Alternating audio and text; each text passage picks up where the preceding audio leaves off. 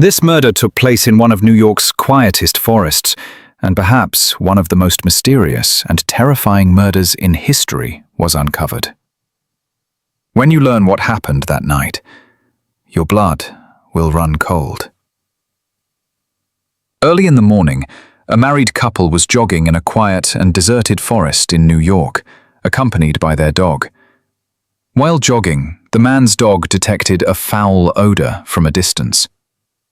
The dog began running swiftly toward the source of the smell. The woman and her husband followed the dog. The dog located the source of the foul odor. The woman and her husband arrived at the area where the dog was and found the body of a young woman on the ground. The woman and her husband immediately reported to the police that they had found a body in the forest. Police officers and crime scene investigation teams arrived at the location where the body was found. The crime scene investigation teams began searching for evidence on the body and around the area where the body was found. When the police and crime scene investigation teams found the body, they found the woman's body wrapped in a sack and covered with packing tape. It was covered with dirt, mud, and pieces of brush, and her identity has not yet been determined. The police have thousands of questions, some of which will be answered by the criminal laboratory, and some by the forensic medicine department. The police will complete the rest of the investigation. There is a deep wound on the back of the neck and a tattoo under the chest.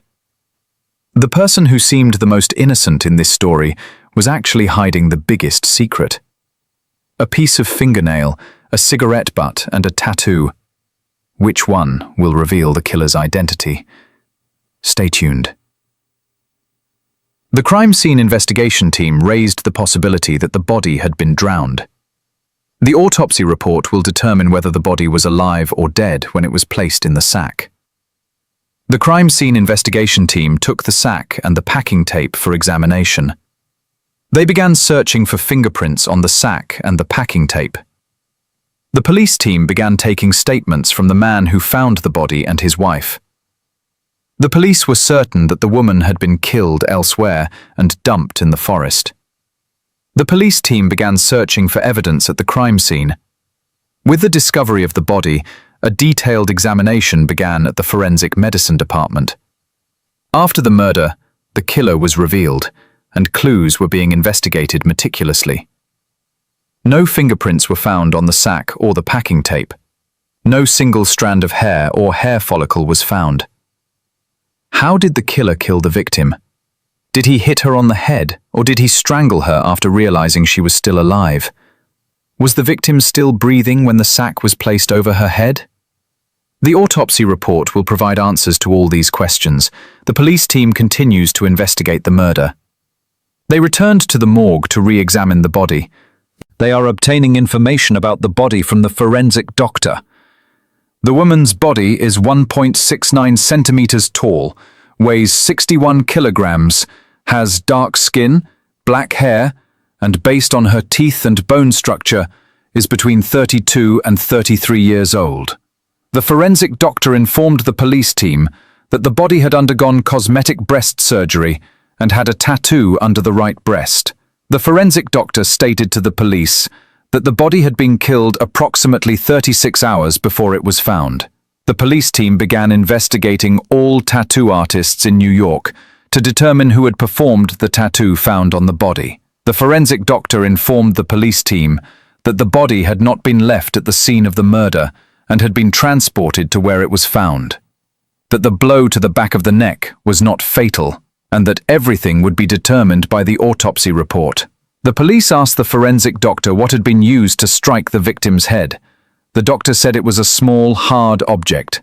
An MRI scan of the head will be conducted to determine the type of metal. The police asked the doctor why 4 of the victim's fingernails were broken. The doctor stated that there had been a struggle and a fight between the victim and the killer. The police team began investigating to find the person who tattooed the body in New York. The police team contacted a tattoo artist, showed him a sketch of the woman's body, and asked if he recognized her and if he had done the tattoo. The tattoo artist said he did it, and that he knew her. The tattoo artist told the police team that the deceased woman's name was Angelina. The tattoo artist told the police that the deceased woman had problems with her boyfriend Jack, and was depressed. After obtaining information about Angelina from the tattoo artist, the police team left the store. Subsequently, the police teams went to the hospital to meet with the doctor who performed the cosmetic surgery on the deceased woman.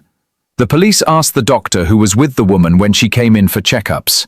The doctor stated that the woman's boyfriend was always with her, and that he had paid for her cosmetic surgery. The police team found the personal information and address of the deceased woman and her boyfriend Jack, and with a search warrant from the prosecutor's office, they went to Angelina's home to search for evidence. When the police arrived at the house, they noticed that it was stuffy and smelled bad. They assumed that the deceased woman had not been home for a long time. The police gathered information from the neighbors to investigate the deceased woman. The neighbors told the police that they were not happy with the deceased woman, had complained about her, and described her as a problematic person. The police then went to Jack, Angelina's boyfriend, to take his statement.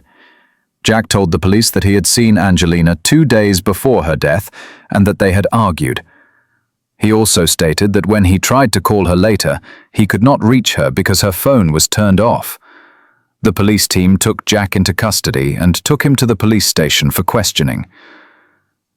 During police questioning, Jack stated that he had proposed marriage to Angelina, that she had refused, and that a minor argument had ensued.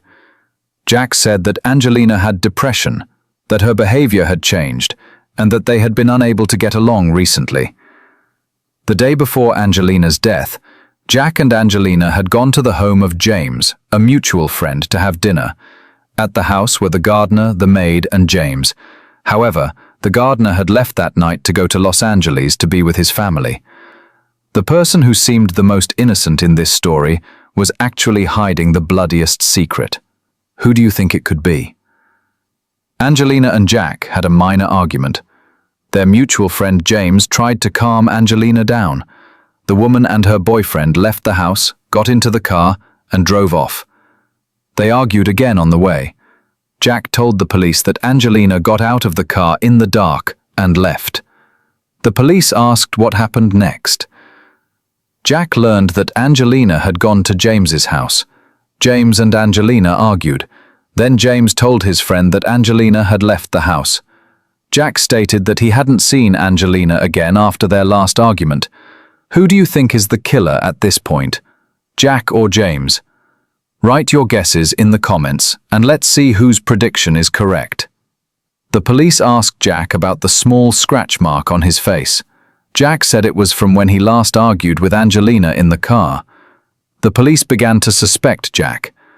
They requested a DNA test to determine how the small wound on Jack's face was caused. They also examined Jack's car. During the examination, they found a few of Angelina's belongings.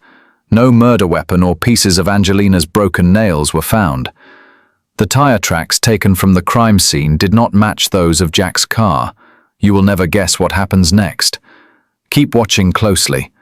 The police then took James to the police station for questioning. During the interrogation, he stated that Angelina and Jack had been arguing constantly in recent times. The police then began questioning James's maid. The maid stated that she saw a taxi arrive late at night, and that after the taxi left, Jack arrived in his car, waited briefly in front of the house and then left. She stated that she did not see anything else. You will realize that the killer was actually in front of our eyes all along. Upon this, the police teams obtained a search warrant from the prosecutor's office and tried to find something significant at James's house. The police teams found a small box of fantasy feather handcuffs in James's bedroom. They also found an interesting note inside the box. The note read, "Next time we meet, Neva." The police then went to the crime lab and asked for the DNA results from the traces on Jack's face. The lab technician said that the tissue from Angelina's broken fingernails matched the tissue from the traces on Jack's face. However, no fingerprints were found on the bag at the crime scene. The lab technician suggested that the killer might have worn gloves during the murder. The police team found the taxi driver who had come to James's house on the night of the incident. The taxi driver told the police that he had returned to the taxi stand without picking up any passengers. As a result, suspicions once again focused on Jack, and the police questioned him again. Then, the doctor who performed Angelina's cosmetic surgery called the police investigating the murder. He told the police that there was something strange about Angelina's surgery payments, and that another payment had been made from a different account. And then, Angelina came and asked for the first payment back from the accountant. The police became suspicious and requested bank statements and expense reports from the IT department for everyone involved in the case. The police discovered that the payment for Angelina's cosmetic surgery was made by Jack's friend James. Through the evidence, the police uncovered that Angelina and James were in a romantic relationship and had an affair. While James was playing golf in his backyard, the police arrested him and sent his golf club, which had soil particles on it, to the criminal laboratory for examination. The police began interrogating James in the interrogation room. James confessed to the police that he had a relationship with Angelina. James began recounting the events of the night in question. Angelina left James's house that night and had an argument with Jack in the car. Angelina got out of the car and returned to James's house. Angelina and James argued inside the house. James stated that he went to his room to sleep and did not see Angelina again when he woke up in the morning. The autopsy report revealed that Angelina was pregnant. When it was revealed that Angelina was pregnant, everything changed.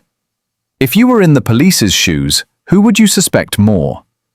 The crime lab immediately began DNA matching to determine the father of the child. The police team questioned Jack again, telling him that Angelina was pregnant and had been cheated on, leaving him in shock. Later, the police released Jack. In the criminal laboratory, it is revealed that the father of the child in Angelina's womb is James. Additionally, the soil samples from the golf club James was using at his home match the soil samples found on the back of the deceased woman's neck at the crime scene. When the police raid James's home, they find that Jack had killed James, the man who impregnated Angelina. Jack, who killed James, was tried in court, arrested, and sent to prison. The police teams have not yet found out where Angelina was killed or by whom. On the night of the incident, Angelina did not get into a taxi or Jack's car, and it was determined that she never left James's garden. Police crime scene investigation teams arrived at James's house. They began searching the garden. At that moment, the police chief, who was investigating the garden, asked the gardener working there for a cigarette. The gardener gave the police chief a cigarette. While the police chief was smoking, he noticed a clue in the garden. The police chief found a cigarette butt. The police chief found the same cigarette he had been smoking, half-smoked, on the ground where he had been conducting his investigation. He also found a shed belonging to the gardener near the garden. The police chief entered the shed and began his investigation. Inside the shed, the police chief found the remaining broken nails of Angelina on the ground. On the walls inside the shed, he saw various obscene pictures of women and golf clubs. The police chief began to suspect the gardener. When the police chief exited the shed, he encountered the gardener again. He saw the gardener hurriedly putting his belongings into his car and asked him where he was going. The gardener said he was leaving work and going to his mother and father's house. The police chief asked the gardener about the items found in the warehouse. The gardener began to tremble with fear and suddenly ran away in a panic. The police officers caught the gardener, who was considered a suspect, in the garden. The police officers took the gardener to the police station for questioning. In his statement, the gardener said that he realized he had forgotten his driver's license while driving to Los Angeles that night. He turned back halfway to get his license. When he returned home, he parked the car at the back door of the house.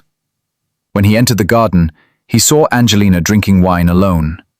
The gardener was staring at Angelina's naked, indecent parts from a distance. The gardener approached Angelina from behind and scared her. When Angelina saw the gardener, she recognized him and her fear subsided. Angelina asked the gardener for a cigarette. Angelina and the gardener began chatting among themselves. The gardener and Angelina sat down on a chair. the gardener began to secretly get aroused while looking at Angelina's naked, indecent parts. Then Angelina finished half of her cigarette and threw it on the ground. Then Jack said he wanted to go home drunk. The gardener told Angelina he could take her home. While taking Angelina to the car, they entered the storage room. As the gardener got closer to the woman, he began to get aroused.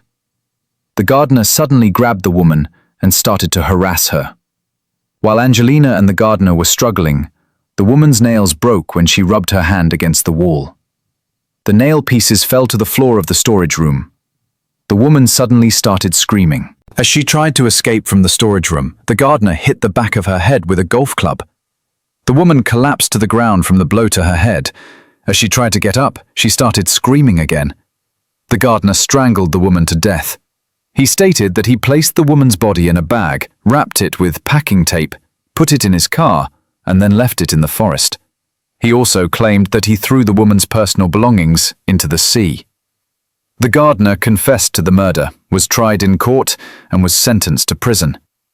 This murder investigation, which began with a tattoo image and ended with nail fragments, once again demonstrated how crucial details and science are in solving crimes.